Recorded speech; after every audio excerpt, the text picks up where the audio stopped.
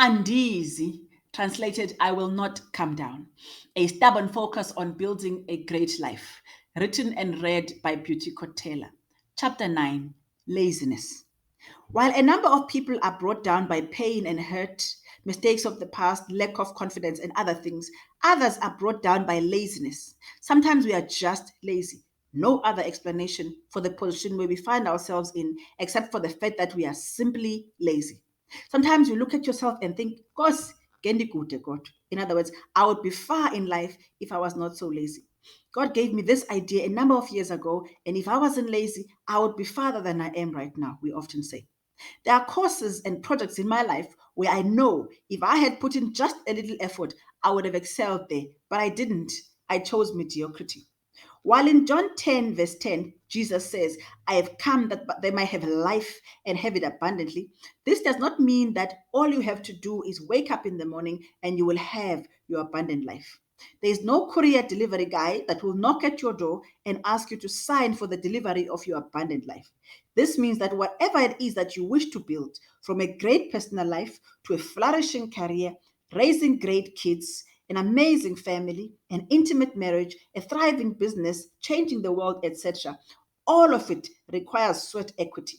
There is some work required. Even in the days when God used to directly provide Israel with food, in other words, manna and quail, they still had to get up every day, pick up their containers, and go and pick the manna, kill the quail, and prepare the dinner for their family. And they had to do this every day. God is not a fan of laziness. In fact, many people today blame Eve for having eaten that forbidden apple because had it not been for her, we would not need to work so hard. If you read the Bible closely, my friends, you will find that even before Eve ate the apple, work was already there. The first instruction that God gave our first parents was to be fruitful and multiply and subdue. They had to turn to the Garden of Eden. Even Adam and Eve had to work.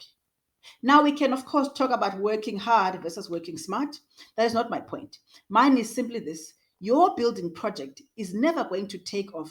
It is never going to sustainably succeed unless you roll up your sleeves and do the work that is required. This you do whether you feel like it or not. That is how we refuse the call downs of the enemy. God is so averse to laziness that he uses some of the strongest language and firm speeches in the Bible.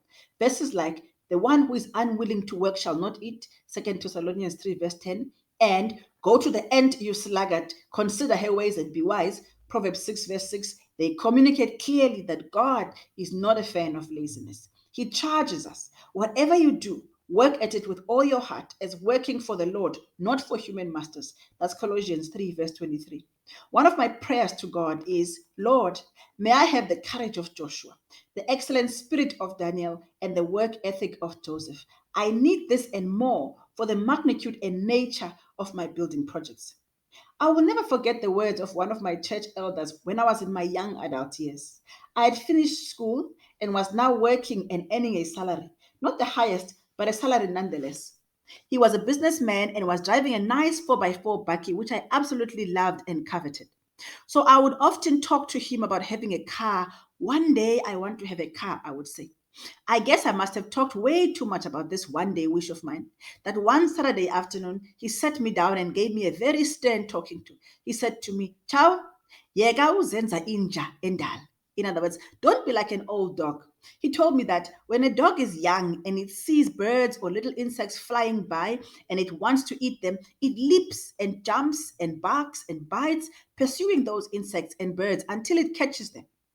But as the dog grows older, it loses stamina and strength, and the power to leap ceases. And so it would bark and wail at the insects and the birds that are flying by.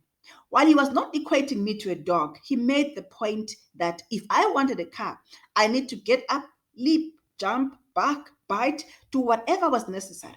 It was within me, it was within my power to get myself that car. Simply put, beauty, don't be lazy. He has since passed, but he left me with a life lesson I will never forget.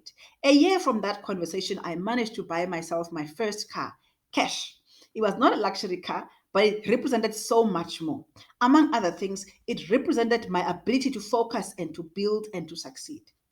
So, for those of us for whom the one thing that stands between us and building a great life is laziness, we must look down to laziness and say, ANDIZI. Refuse the temptation to sit down for hours and hours watching TV, soapy omnibuses, and or binging on series on the internet. Someone once said, when we do that, we are actually watching people who are themselves working and our life passes us by. Roll up your sleeves, my friend. Your project awaits.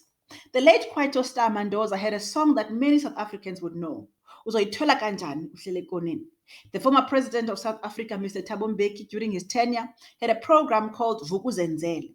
For both, the meaning is the same. If you want it, whatever it is, whatever it looks like, there is a great deal of work required from you. We must look at that thing called laziness and say, ANDIZI. Laziness must fall. Hitting the snooze button, slavery to comfort, the path of least resistance, all these are call downs which the enemy raises within us to ground us. Resist. Before I conclude this chapter, let me share a formula for success that I came across from the writings of Ellen White. Simply put, she asserts that success is equal to human effort plus divine intervention. Applied to the analogy of building, our building projects need two elements to succeed. The first element is human effort, us rolling up our sleeves, getting our hands dirty, sweating, and working hard to succeed at whatever it is that we are building. The second element is divine intervention. In other words, we also need God, who is sovereign, omniscient, omnipresent, and omnipotent, to help us. It is clear, while God is always there to help us, we always have a role to play. In his book, So, Bishop T.D. Jakes says to this point that God does not make furniture. God does not make aeroplanes, cars, computers, cell phones, and skyscrapers, but he makes and he has made raw materials. In doing so, he brought all these things within our reach, our creativity, and our work ethic. And so TJ says we need to stop asking God for furniture. He doesn't do that. We do that. But he has given us the means and the raw materials. I share this for those of us who are super spiritual and sitting around praying for a miracle to happen and bring about the life that we want. While God is indeed in the business of performing miracles, sometimes you are the miracle. That you are alive and breathing and healthy is miracle enough. And the small amount of gray matter which sits between your ears, combined with a great work ethic plus God's grace, is all the miracle you need.